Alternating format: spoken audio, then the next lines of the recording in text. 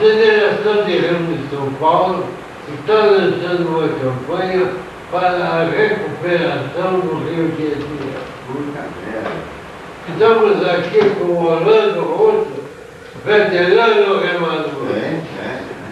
Por quanto tempo você competiu?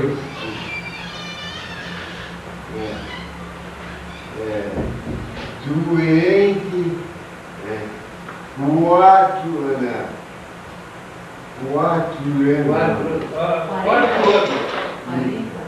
4 anos. É isso, No decorrer da prova, criaram uma animosidade qualquer. Quando acaba a prova, o que foi prejudicado sai para cima do outro. Não é, Amado? Vixe, Orlandinho, acabou a notícia? Remo, na regata de campo de remo em Urupaçuba, na disputa do Campeonato Paulista, houve uma rixa entre os rematores do Floresta e do Tietê.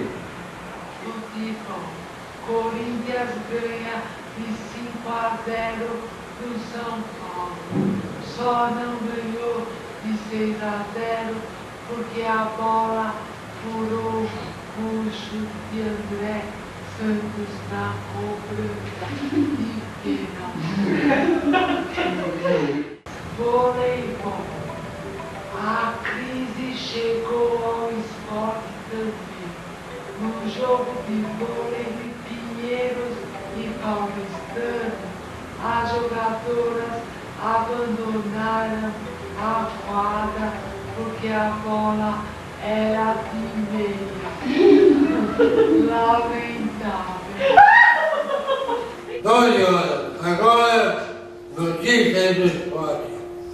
Sobre o patrocínio de Biotônico das vozes dos nossos repórteres. Madeira e...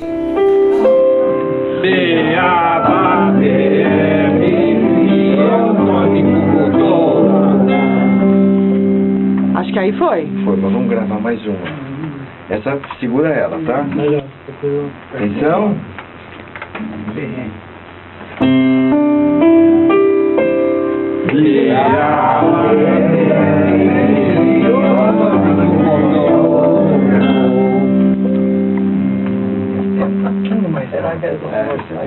Fala, dona Cida!